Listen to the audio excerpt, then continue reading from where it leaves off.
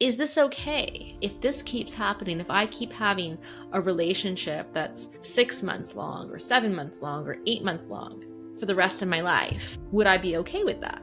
And if the answer is no, then to really think about, okay, if I were to meet sort of quote unquote the one tomorrow, does my gut tell me that I would be ready to settle down? And again, if the answer is no, then it's then wondering, okay, well, what is it going to take for me to get to where I want to go? Welcome to After Peter Pan, the podcast about growing up and finding deeper purpose. I'm your host, Pat Tenneriello, and today I'm joined by Natacha Duke, a registered psychotherapist at Toronto Wellness Counseling. We dive into Peter Pan syndrome, a behavioral pattern marked by emotional immaturity, fear of responsibility, and resistance to growth. We explore commitment issues, attachment wounds, emotional numbing, and the illusion of freedom that can keep us stuck. Along the way, I share some of my own personal struggles with Peter Pan syndrome. If you've ever felt stuck, avoided commitment, had that failure to launch feeling, or wondered why your relationship patterns keep repeating, this one's for you. Enjoy the episode. I know before we get started, there's a point that you wanted to make. That's right. So we always want to be careful that someone doesn't listen to a podcast or an interview and kind of walk away thinking that they can diagnose themselves or someone else. Diagnosis is a really controlled act that can be carried out by psychologists, doctors, nurse practitioners. And so if that's something you're looking for, you really want to meet with the right professional. And just to throw it there, that Peter Pan syndrome is not sort of a recognized mental health condition. It is a pattern of behavior, which we'll talk more about. Yeah. Maybe in your own words, how would you describe Peter Pan syndrome from a psychotherapist's perspective? Yeah, so I would describe it as a pattern of behavior where the personality hasn't matured in the way that one expected. So if you look at the transition from adolescence to adulthood, there are certain things that we expect to see. And I'm not necessarily speaking about sort of milestones such as, getting married, buying a house, having a kid, but it's more the development of the personality. And when we see someone who displays what we call Peter Pan syndrome, they're really looking at somebody who avoids adult responsibility, is not really interacting with the world as one expects for their chronological age. They might be shying away from connections with others, shying away from any kind of commitment or personal responsibility. That makes sense. Before we take that further, I wanted to also take a moment to get to know you a little bit. So I'd love to hear a little bit about your own journey and what led you to become a psychotherapist. Of course, yeah. So for me, I actually started out my career in journalism. Like I was in school for journalism. Okay. And I took psychology as an elective, and immediately I knew I had to switch majors, careers, schools, and go down that path. And I think that, when I started learning more about psychology and behavior, it really became clear that this was the path for me. And there's a quote that comes to mind that, people say that you're born a therapist. And I do think that to some extent that is true. When I think about, growing up, I always wanted to understand why people behave the way they did. Right? Mm-hmm. Why I behaved the way I did, right? Really trying to kind of connect things, create meaning around things, and also just found that people sort of came to me, with their challenges, with their problems they wanted to work through. And I always felt that it was such an honor to be asked to help. And so looking back, I think it was the clear path for me, but I kind of came at it a little bit of a different way. So interesting. People would naturally kind of turn to you for, call it life advice, or in situations where they needed some help. They did. Yeah. And I remember being quite young, in elementary school, grade 7, grade 8, and sort of that being the role that I kind of took on, in my friend group, where people, wanted to talk to me about their problems, their challenges. And I think that I was naturally a good listener. And, someone once said to me, to be a good therapist, you need to be a good listener and have a lot of common sense. And it's not really that much more complicated. Of course, you go through the training and you learn all these things and these modalities and everything. And that, of course, helps you to gain understanding of how to conceptualize people's difficulties. But I think what it comes down to at its core is really being able to have a lot of common sense and listen well. As you describe your journey to psychotherapy, I'm also questioning my own personal journey. I come from a background of sales. I've been doing that for 15 years. And I think part of the reason I'm good at it is some of the traits that you're describing, with being a really good listener, having some common sense, people feeling comfortable around me and being willing to open up and share some of the things they're going through. And sometimes in some of my sales processes, I spend very little time on the actual product or solution I'm selling and just build a connection with someone, listen to someone, empathize with them. And, I've always been kind of financially motivated, so that's tied in with sales. But lately I've been questioning. I've been doing a lot of interviews like this one with people who are in the field that you're in. And I've been getting a sense of a taste of helping people, making a real impact in people's lives. And it's such a wonderful feeling that I'm questioning the idea of maybe going back to school and entering that field. For you kind of had these signals that maybe this was a good path. You went down the path of journalism. Was there an aha moment where you're like, okay, no, I need to make this switch? Or was it just these little signals that kind of pushed you in that other direction? Tell me a little bit about that switch.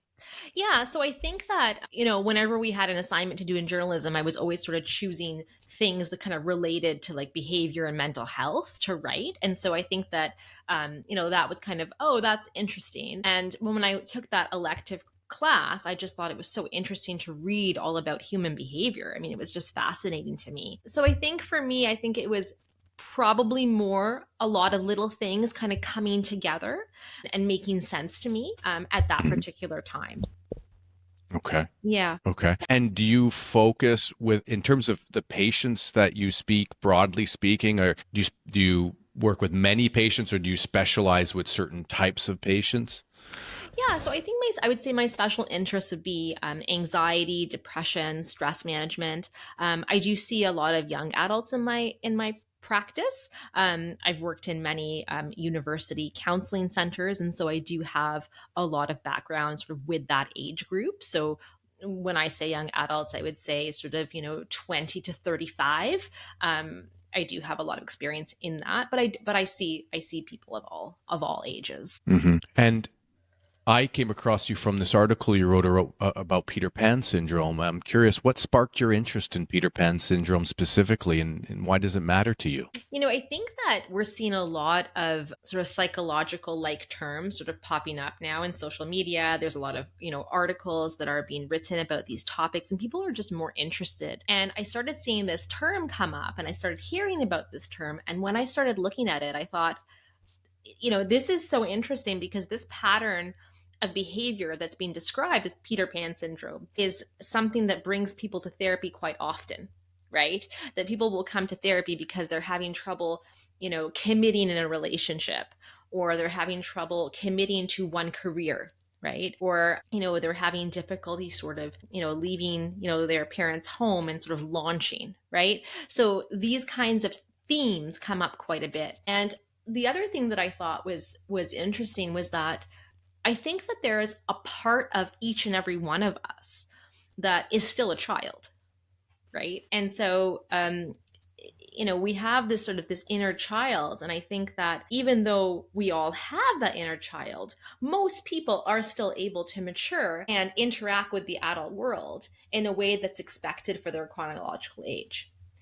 It's interesting to me that certain people, though, get stuck, right? And why is it that certain people get stuck and have difficulty sort of developing and maturing as a personality? And so when I started to think about that more, I started to have greater interest in this idea of Peter Pan syndrome, because I think what it comes down to is sort of a blending, right? That for some people, their young self and their adult self are sort of bled in together. and they haven't really separated those parts. And so it's difficult for them to sort of develop and mature in a way that's expected. And there's many reasons why that can happen, which I'm sure we'll talk about. But I think it's the blending of the child and the adult coming together that makes it difficult to launch. Yeah, there's two elements of that I want to get into more deeply. One is this idea of inner child work, which, Mm-hmm. if anyone's gone through psychotherapy, they probably have interacted at some point. I know I have in my therapy journey. For someone maybe who hasn't gone to therapy, what inner child, what does that mean to do that work, and what does that typically look like? So maybe we could start there, and then I'll ask you the follow-on question. Sure. Yeah. So this idea of inner child is really the younger part of ourself. And if you've gone to therapy, you've probably talked about parts, right? That there's part of us that's like this, and part of us that's like this, and part of us that feels this way, and part of us that feels this way, right? And so when you talk about these kind of parts, the child part of us is always there. For some people, this part is quite large, and for some people, it's smaller and it's kind of in the background, right?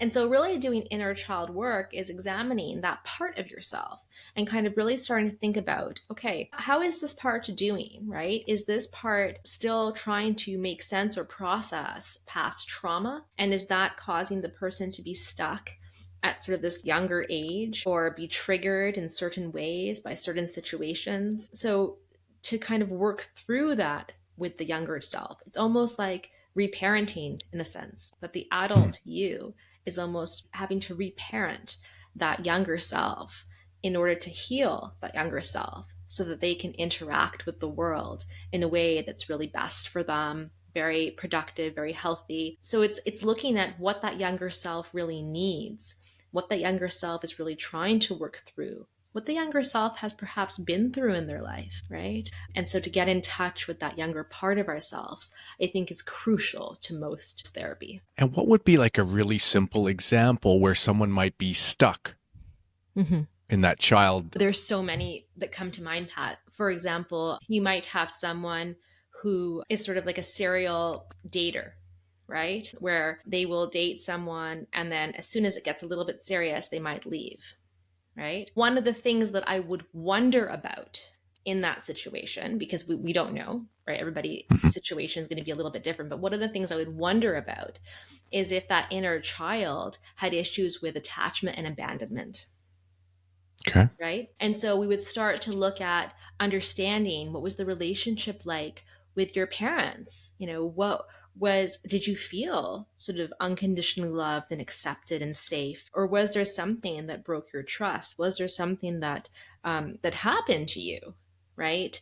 That makes it hard for you to believe people will stay, so you leave. So these are the things that I would wonder about, and we have to sort of check in because that may or may not be the case, but that is something that definitely could be. And when you're actually going through that work, what sort of how do you get someone to connect with their inner child? And you said it's like reparenting. Like, what does that look like? Yeah, so I mean, it's going to look a little bit different for anybody. I think the first thing is, does the person want to do that work? Right.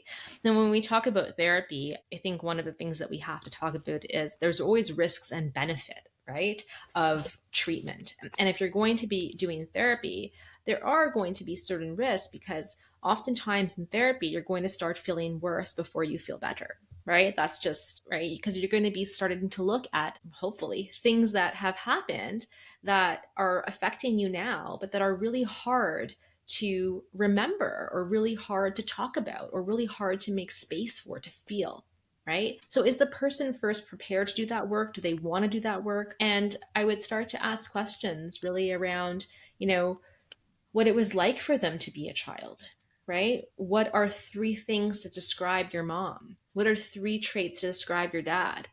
Right? What comes to mind? What's your earliest memory? Trying to understand sort of what the attachment was like, what the parenting was like, what the relationship or the climate of the home was like in order to better understand.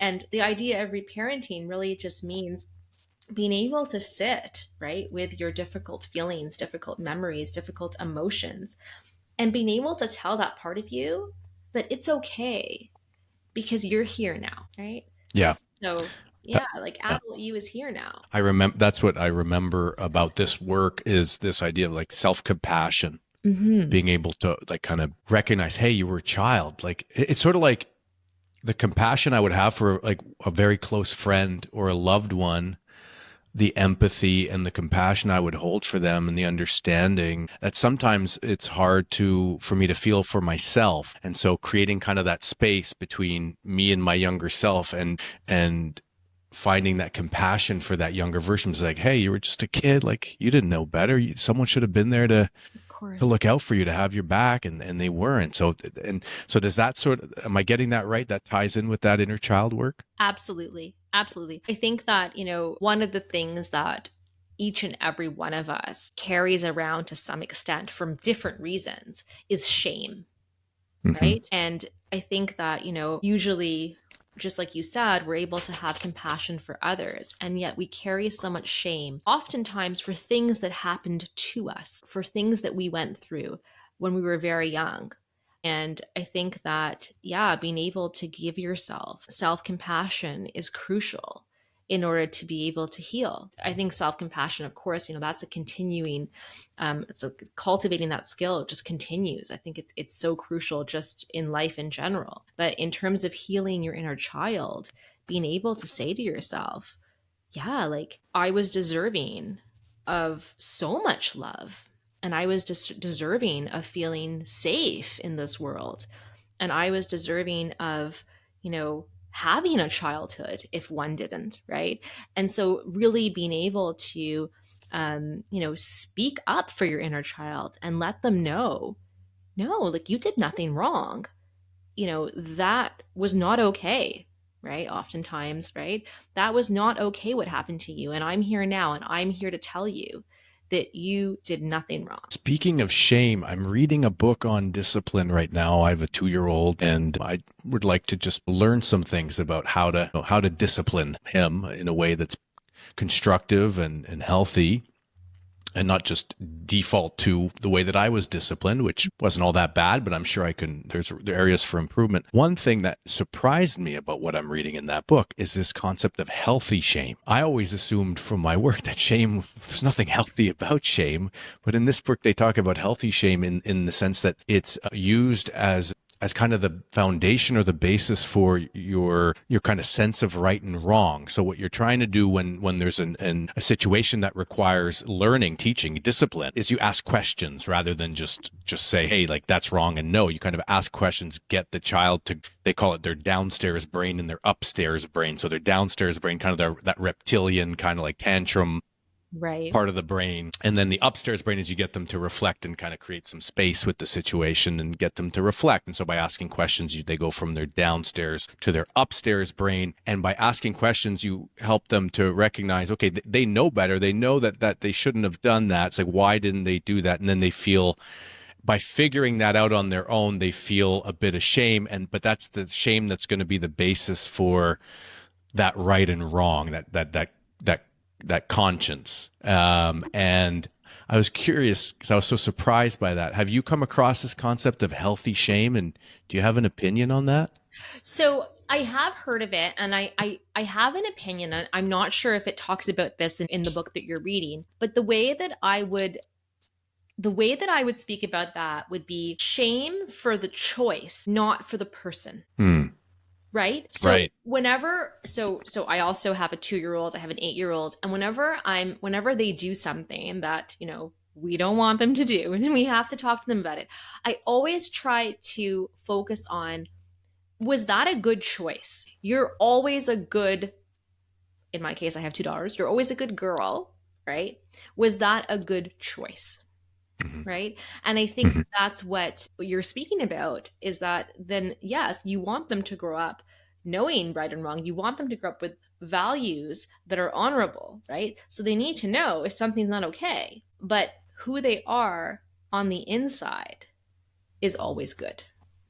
Right. I like that distinction. Yeah. That makes sense. Yeah. On the topic of parenting, I think let's tie this back to Peter Pan syndrome, because in your article, you talked about some parental styles that may lend themselves or going to play a factor in the Peter Pan syndrome. So what are some early life experiences or parenting styles that you've seen that contribute to these patterns? Yeah, so I think that there are two, and if you look at some of the research that's been done, there isn't a lot, but there is a little bit. They talk about sort of two parenting styles: permissive parenting style and overprotective parenting style. And both Okay. of those seem to be a risk factor for this type of pattern in adulthood, right? And so when we look at permissive parenting style, it's really about not having, clear boundaries with your child, and the child being able to grow really thinking that they can do anything, right? And on the flip side, when we look at overprotective parenting, this is often sort of relating to the child in a way that leaves them feeling that the world is unsafe, right? I need to have my hand held for everything because the world is unsafe. And Mm. so in both of those cases, although they're very different, the child never really learns how to be resilient, right? How to pick themselves up, how to have their own sort of personal boundaries, right? And Mm. so I think that when we look at sort of parenting, it's not to blame, right? I don't think that any one of these is the cause, but we look at sort of risk factors. Right. Yeah. Right. In bringing this back to my own situation, I don't associate with those parenting styles in my life. I do see Peter Pan syndrome very much part of my life and work that I've had to undergo. But one other thing in the article that you talked about, aside from parenting styles, also childhood trauma could play a role in this, could be a risk factor. And that does speak to me. So what does the research, I know it's not a whole lot of research, but what does the research suggest when it comes to childhood trauma and Peter Pan syndrome? So I'll speak about it because I don't know of any specific studies, but I'll speak about it from my own experience, just in general working in therapy. I think that, when we have trauma that happens when we're very young, right? It stays stuck in your body if you don't work through it, right? Mhm. It's almost like if you imagine, yeah, like it's almost like a ball of anxiety, a ball of of of pain, right? That stays stuck in your body. And I think that if you carry around that pain, that anxiety, if it hasn't been worked through, then it's going to start to interfere with your adult self, right? And I think that specifically with childhood trauma, if that child within you, if that part of you that's a child, you know, went through something that led them to not feeling safe in this world, right? Then that part is going to not feel prepared, right, to move on into the adult world. That part says no, like I'm scared, right? The world is a scary place. Look what happened to me. I was only 7 or 8 or 9 or 10, and look what happened to me. Look what I had to deal with. I was alone. I couldn't tell anybody. I was scared. I was confused. I felt shame. I felt, whatever it was, right? Mm. And so that part, right, is really, I think not prepared for the adult world because they're stuck. That makes sense. I also suppose that some of the coping mechanisms that may come, I think you're alluding to that, coping mechanisms that come out of childhood trauma, some of those coping mechanisms will kind of lend themselves to this Peter Pan syndrome. So that makes sense. I think, when I think about the work that I did in therapy, I went there for childhood trauma. It was kind of the Trojan horse that got me in the door. But then once I was in there, I realized there was a whole lot more to unpack. And the childhood trauma, yeah, that wasn't always easy to work through, but there was so much more after. And I don't think I would have gone through that door if it wasn't for the trauma. And it was really the work was unpacking and looking at everything else and the coping mechanisms that I kind of adopted and were very deeply entrenched in me, partly because of the childhood trauma, partly for other reasons. It's kind of hard to tell where one thing ends and one thing starts. But so we've talked about some of the symptoms or behaviors of Peter Pan syndrome. We talked about commitment, lack of commitment. We talked about some of the parental styles. Are there others that we can identify associated with Peter Pan syndrome that people can maybe, who are doing some self-reflection, might want to think about? Yeah, for sure. I think, emotionally shying away from conflict, is a big one. Okay. That's not true only for Peter Pan syndrome, but it is one of the things that often does happen is that people will shy away from conflict or difficult conversations. And when you think about commitment or having close bonds with other people, it's pretty impossible to be close with someone and never have a conflict, right? And so I think that really, being able to tolerate the difficult emotions, and we call in therapy like distress tolerance, right? Being able to tolerate those difficult feelings, those difficult emotions that come up, when we are having conflict with someone, right, is something that I think people with Peter Pan syndrome often lack the ability to tolerate.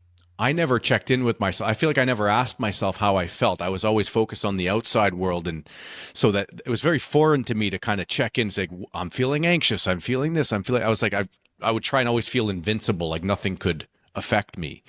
And so it was very foreign to go through that exercise and check in with myself. And then once I started doing that in therapy, the other thing that was very foreign and new was this idea that you can sit with multiple emotions at the same time. Mm-hmm. So I could be really, really excited about something and then really, really scared. And then also sadness could be somewhere too. Like I could sit with these emotions at once. And that idea, I didn't know that I could do that. That was just one at a time. Like it doesn't make sense to be happy and sad simultaneously. Right. Yeah. I think that's such an important point. So the first point I think that you're making, which I think is so true, is that it's amazing how many adults do not know how to name their emotions, right? And Yeah. oftentimes in therapy, you ask somebody how, the classic question, how does that make you feel? And it's very difficult for a lot of people to name their feelings. So the first is to name your feelings, and then the other piece, which is to make space for your feelings, right? So you say that you would go about your day and not really check in with yourself. That's so common, right? Yeah. People often do not check in with themselves. They don't know how they're feeling. They can't name what they're feeling. And I think that especially, um, you know, in this time that we're living, right? We're busy, busy, busy, busy, busy, busy, right? And really being able to slow down, to be able to come into yourself, to come into your body, to make space for your feelings is a very uncomfortable thing for a lot of Yeah. people, right? It really requires being able to be still, often be silent, right? And coming into your truth in the silence and coming into your feelings and your emotions is something that I think, we're not always accustomed to. I remember when I'd walk in and that would be the first question, how you feeling today? My first response for a while was just good. I'm Good. good. Fine. And Good. the answer was, well, good's not an emotion. Like what emotions are you feeling? It's like, good's not Yeah, an emotion.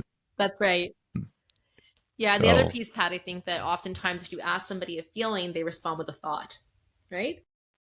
hmm. And so, often we're more comfortable, not everybody, but a lot of people are more comfortable cognitively than going into their feelings. And I think this is kind of a good segue into maybe the gender difference, because in the article it calls out that Peter Pan syndrome tends to be more towards men. It can also be for women, but mostly towards men.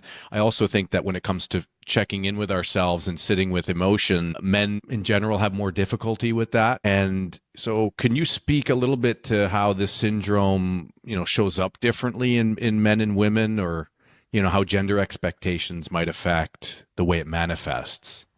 So I think, if you look at the writing historically, I think that there was, a book written in the 80s about, the man who never wants to grow up, right? And this idea of boys will be boys and they want to like play the field and explore, different relationships. And a lot of that was very glorified. And I think that the early writings on this talk about sort of Wendy syndrome, where the woman is very like empathetic and wants to save somebody, and that personality is kind of attracted to the Peter Pan syndrome personality. So I think that, historically, you do see sort of a difference in the way that the two are conceptualized by gender. In my experience, I think that you're right. I do think that, for many social reasons, sort of social conditioning reasons, men might be less likely to express their feelings, be comfortable expressing their feelings, even come to therapy. But I think at the heart of it, both genders can experience difficulty launching into adulthood. I see it in both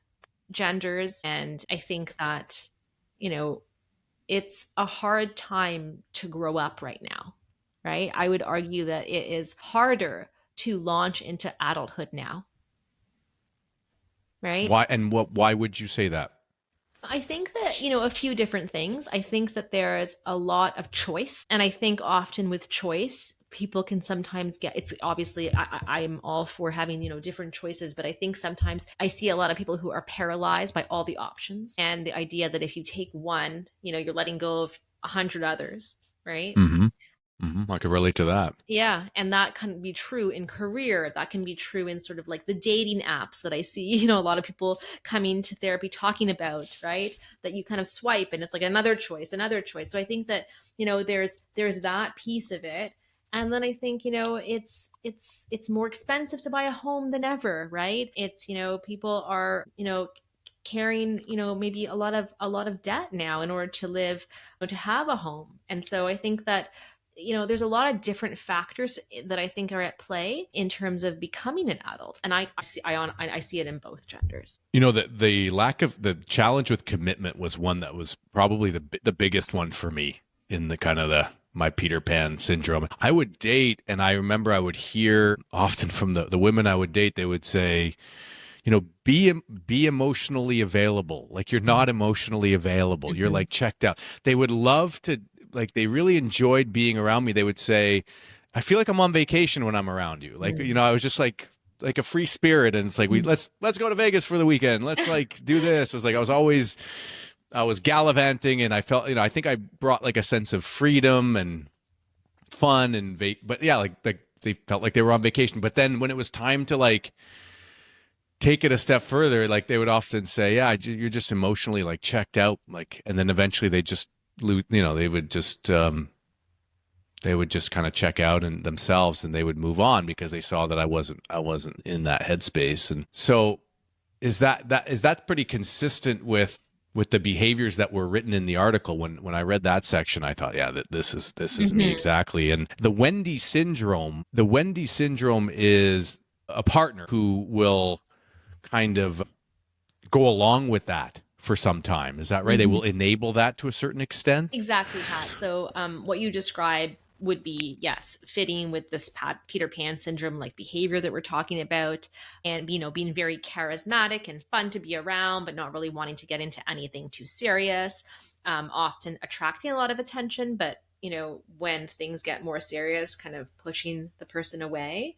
And then, yeah, the Wendy syndrome, the way that it's talked about is the idea of a really empathetic sort of female who, yeah, really kind of feels they want to be of service to others. They want to help others. They want to try to fix others. And oftentimes, yeah, the two can kind of be magnetic, but that eventually there's resentment that sets in for person playing the Wendy syndrome role of, yeah, no, I want more.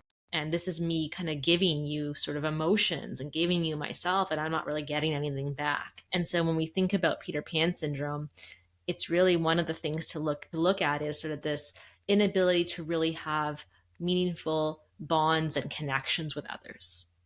Mm-hmm. Right?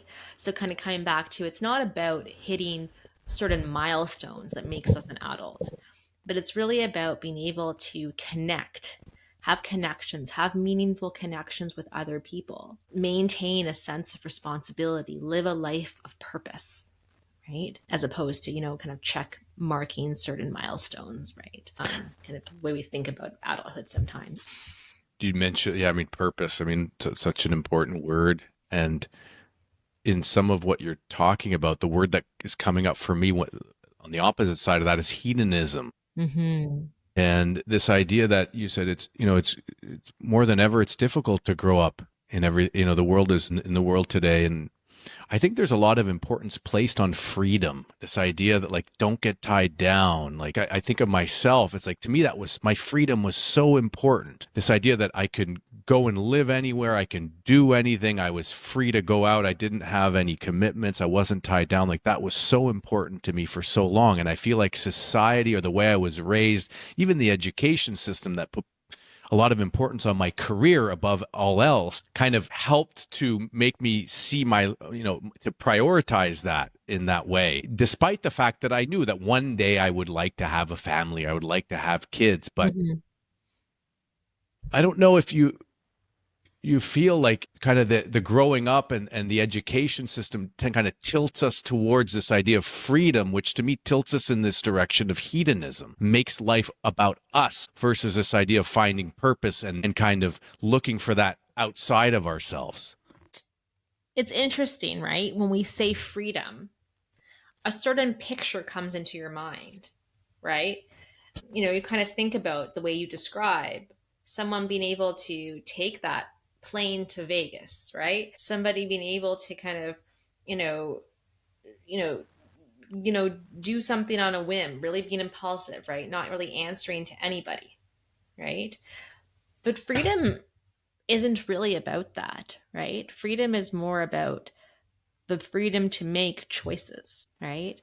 That's the way that I see it. It's like the freedom to choose one thing over another, right? That we Mm-hmm. have that choice, right? We always have a choice, right? And so I think that the way that we sort of talk about freedom and the way that we sort of glorify, throwing caution to the wind, being young, like all those things are very glorified. And kind of living your best life, live for today. Like these things are all very glorified.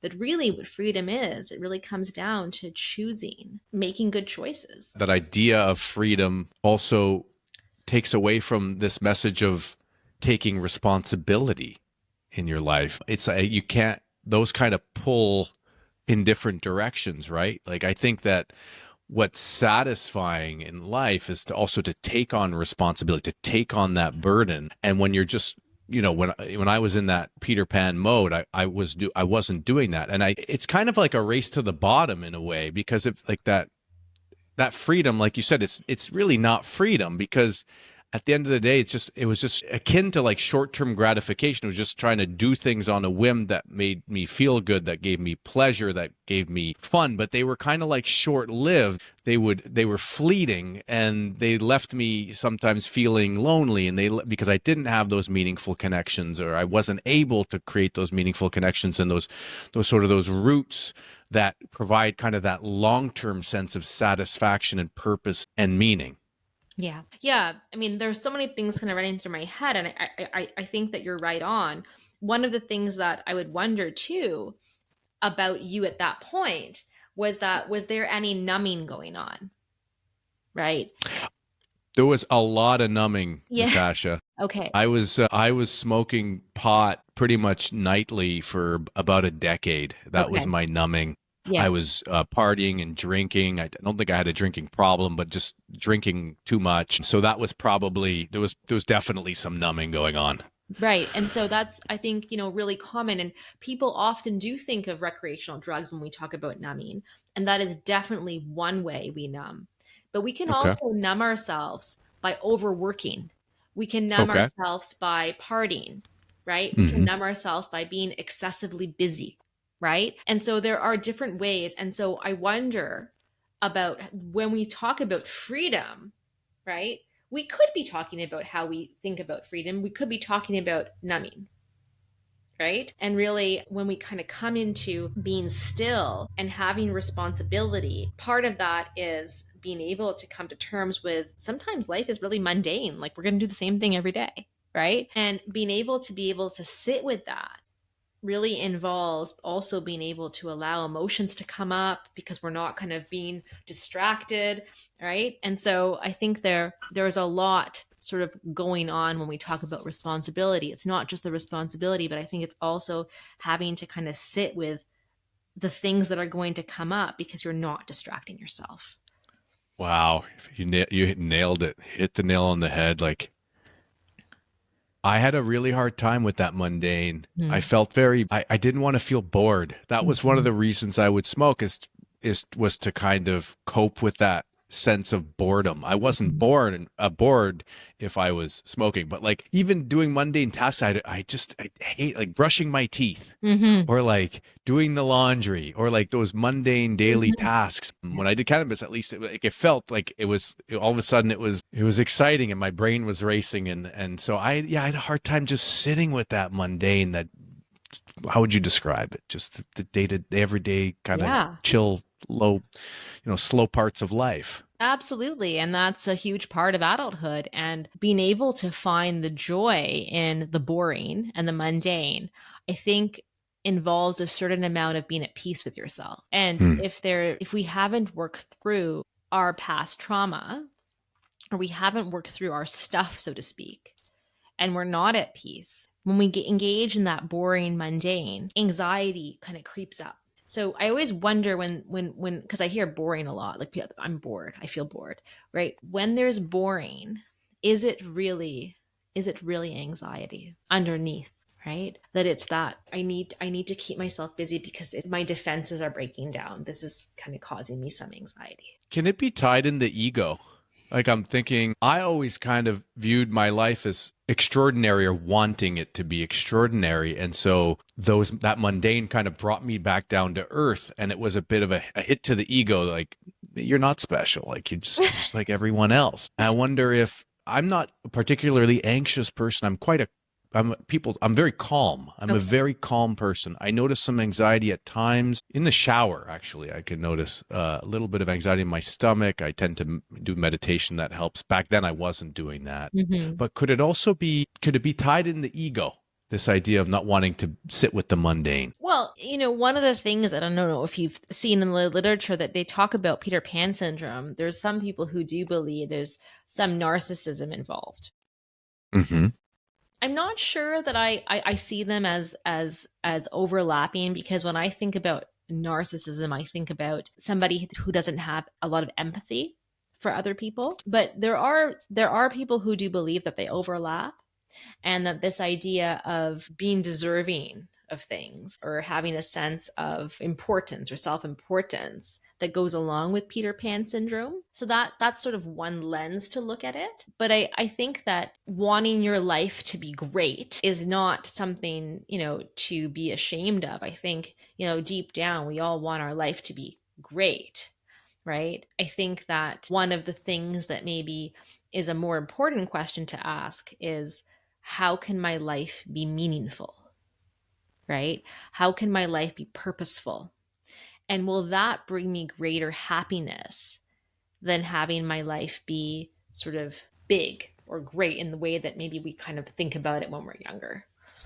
How do you typically tackle that to get someone to think about it that way, with like meaningful, purposeful? How does someone go about that?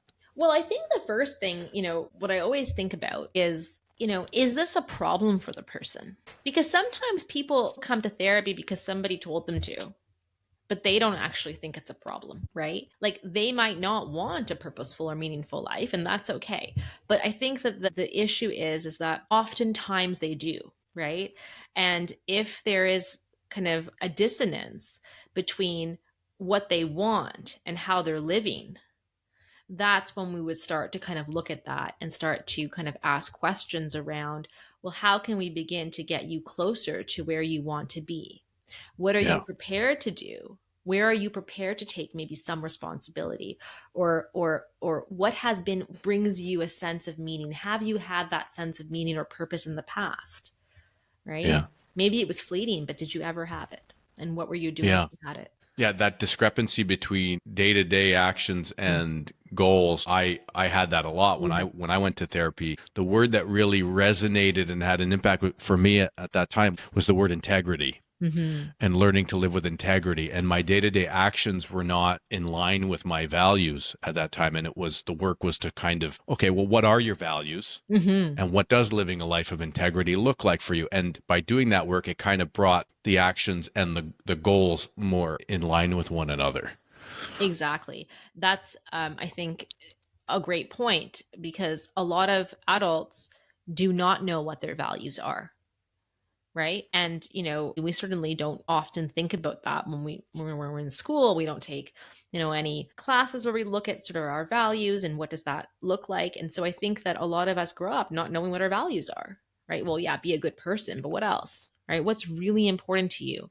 What's a priority for you, right? What do you want to be able to say when you're 60 years old, right? And we're sitting here, what do you want to be able to say about your life?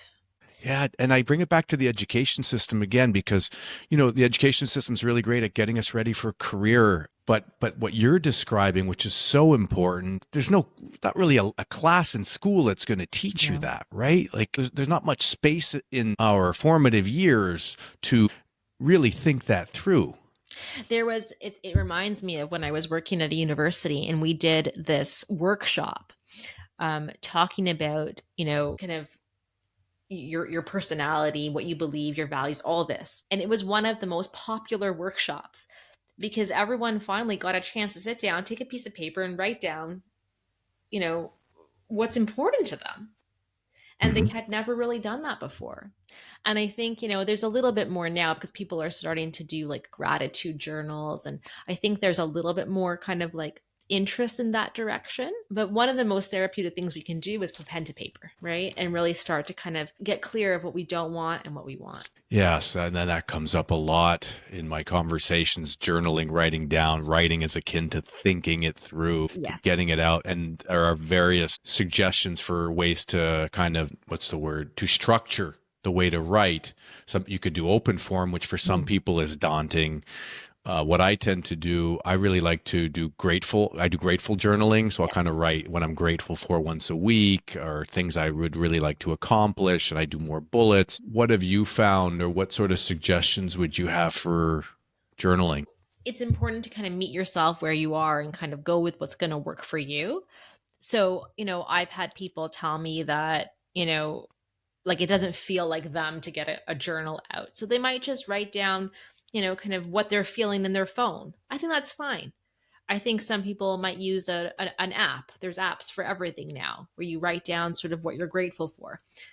Other people, they feel really comfortable with writing letters that they never send. They might feel like, what you're saying, the gratitude journal works for them, right? So I think, pick something that feels like you. Pick something that fits in with your life too. If you're like a father of a 2-year old, you're probably not going to have time to write every single day. So set a goal that feels like you can meet it as well. Right. Yeah. Yeah. I feel like we've sunk our teeth into what Peter Pan syndrome looks like, what the coping mechanisms are. We've all the patterns of behavior. We've also talked about kind of some of the work in therapy, but maybe we can switch more into, okay, someone who associates with some of these behaviors. What can someone do if they start recognizing these patterns in themselves? Yeah. So I think the first thing would be to sort of check in with yourself and see where you're at, right? I really believe that we come to things when we're ready. Right. And so check in with yourself. If you've recognized these behaviors, are you ready to make a change? Are you ready to start to, ask yourself some tough questions, to be asked tough questions? Are you ready to perhaps start some therapy? Maybe it starts with you kind of confiding in someone close to you. I've noticed these things in one area of my life, or I've noticed these things in many areas of my life, or people keep telling me the same thing, that I'm emotionally unavailable, right?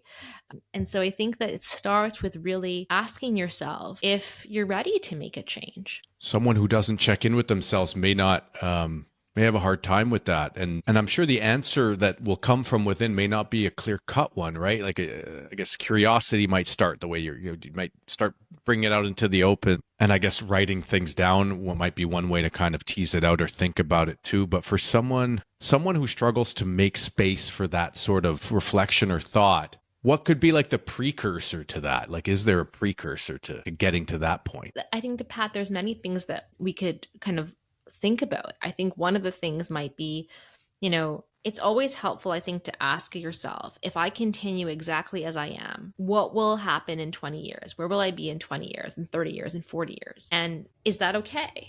Like, will I be okay with that? right? So oftentimes projecting your behavior into the future can be really helpful. Another thing to think about is, if one person tells you something, it might be their opinion. But if this keeps coming up for you, if you keep noticing a pattern, whether it's like an internal pattern or like an interpersonal pattern, but patterns are very telling, right? And if you start to notice a pattern, right? I think, as you said, maybe to just wonder about that. Maybe you're not ready to do anything or feel anything, but just to wonder about that. I wonder why that is. I think it just being able to wonder is a very helpful tool. Absolutely. And I'm sure there are some people listening. I'm thinking of some men listening who are, have been dating and struggling with commitment, and the same outcome keeps happening, right? Like the relationship ends, or you run away, or you're looking, you got an eye over here, you're thinking the grass is always greener, there's someone better out there.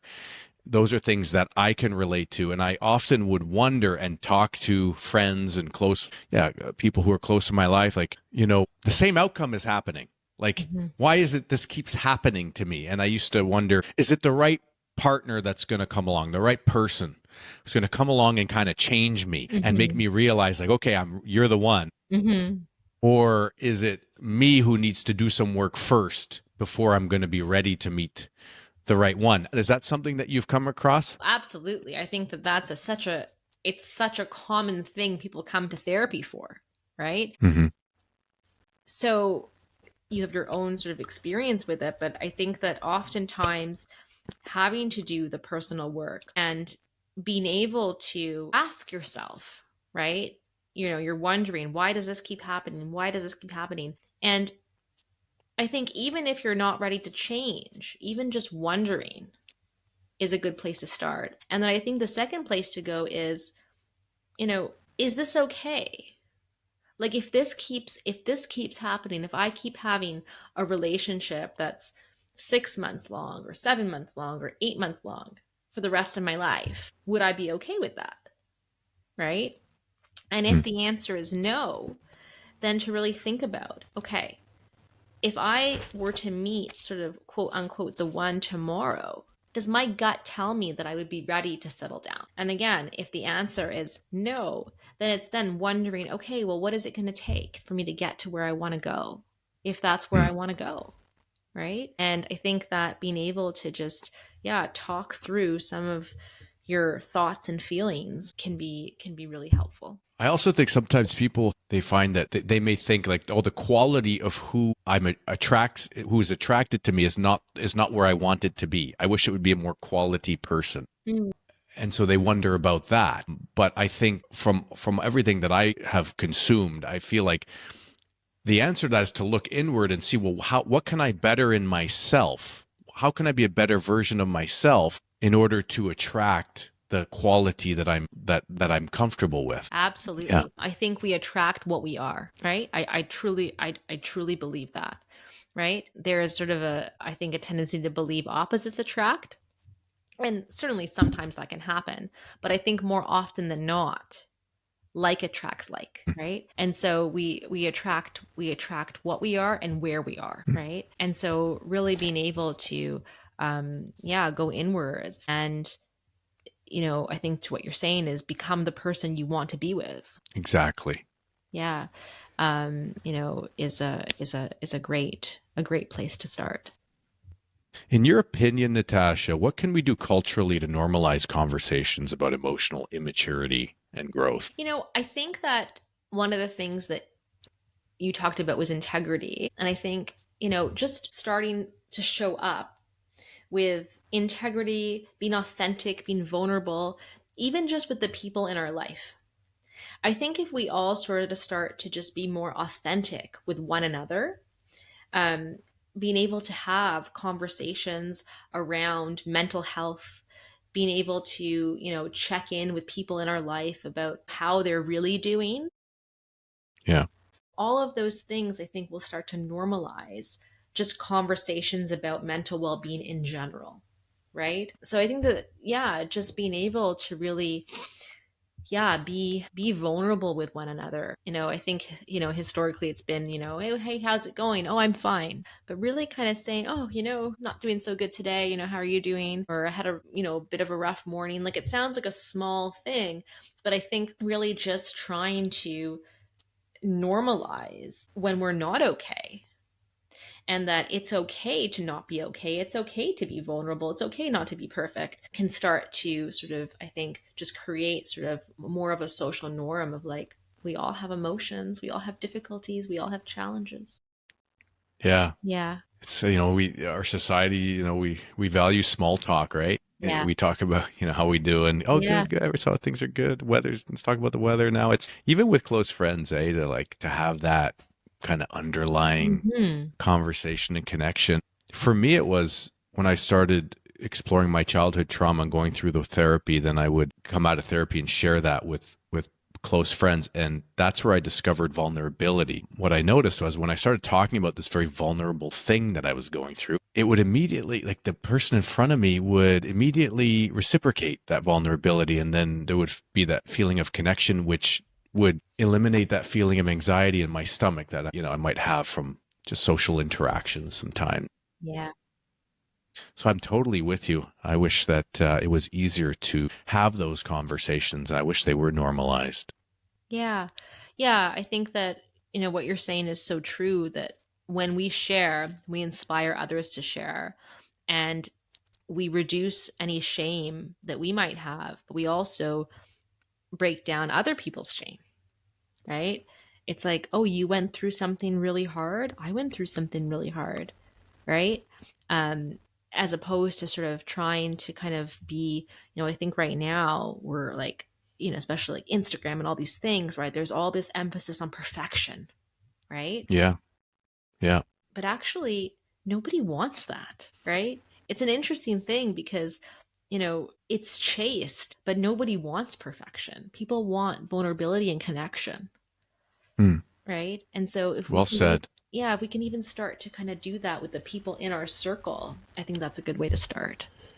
And I think bring it back to Peter Pan syndrome, like the Peter Pan. It's like he's the peacock. I feel like I was like a peacock when I was in Yeah. that mode, right? Like the ego, like the charisma, like that kind of fed into like the dating and the lack of commitment and jumping around from partner to partner. Like, and so when you're in that peacock mode, I wasn't vulnerable. I didn't want to be vulnerable. That Mhm. idea would be very foreign to me, and it would kind of knock against the ego, which is what would kind of get me that attention that I was looking for at the time. Yeah. And, I think that those things are very common things to go after, right? Like attention and having people, kind of surround you or want to be around you and kind of feel like you're unstoppable and sort of desired and wanted and all these things, right? These are common things that people chase. But yeah, if our self esteem is in a good place, if we feel really good about ourselves, right, we're not going to need those things as much, Right. right? And so, really starting to kind of look at what confidence really looks like, Hmm. right, is important, I think, as well. And someone who's listening to this, who's feeling some shame, who's maybe this is hitting home a little closer than they would like, what would you say to someone like that? Like, how would they confront their own emotional stagnation? I think that whenever we feel something, right, I think there's a tendency to kind of want to go like that, right? It's actually it's healthy, right? It's good. Like if you feel something that you haven't felt in a long time, like that's good. And so to be able to, kind of even sit with the emotion, even for just like a minute. And even if you're not ready to go there, you can say, okay, I'm having a feeling right now. I'm feeling shame. This is uncomfortable. I'm not ready to deal with this yet, but I'm acknowledging that I'm experiencing it, right? I That, find, yeah, go ahead. sorry, please finish your thought. I was just going to say, yeah, that's it's that being able to name it and call it out, even if you do nothing with it, is better than just kind of ignoring it, right? Just call it out. That process to me is so helpful. Like, so if there's emotion, like whatever emotion's running through my body, fear, anxiety, Mhm. sadness, it's like that energy's all over the place. Mhm. As soon as I identify it, it's like there's like I've gained a certain control or upper hand on it. It's like it's located now. And in my embodied feeling, I feel immediately more comfortable. It's still there, Yeah. but now I've identified it. I've like rationalized, okay, that's what that is. Okay. And just that process makes me feel a whole lot more comfortable in my body. Exactly. That's exactly right, Pat. And so being able to name it, yeah, it's like there's a part of me that's feeling anxious right now. It's not forever, this feeling, it's for now. This is my feeling right now, right? It will pass. Right now, I feel anxious, or there's a part of me that feels anxious.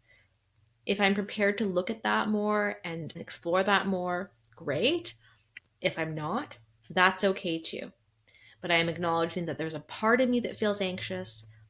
This is for right now. This is not for always. Yeah. Yeah. Yeah. Natacha, anything about Peter Pan syndrome or other topics that you hoped I would ask you about that we would cover that we didn't get a chance to?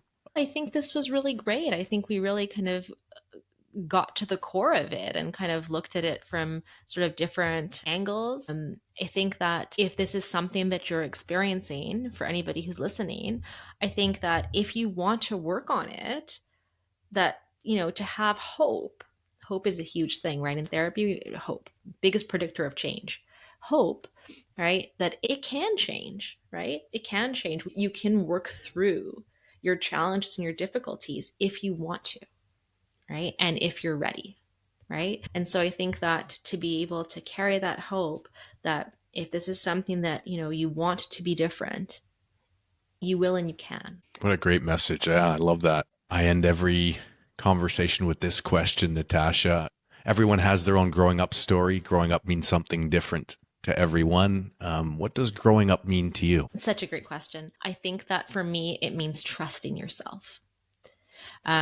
So being able to trust yourself to make the best decisions for yourself, being able to trust yourself to do hard things, being able to trust yourself to get to where you want to go and to live the life that you want and be the person that you want to be. Yeah. I love that answer.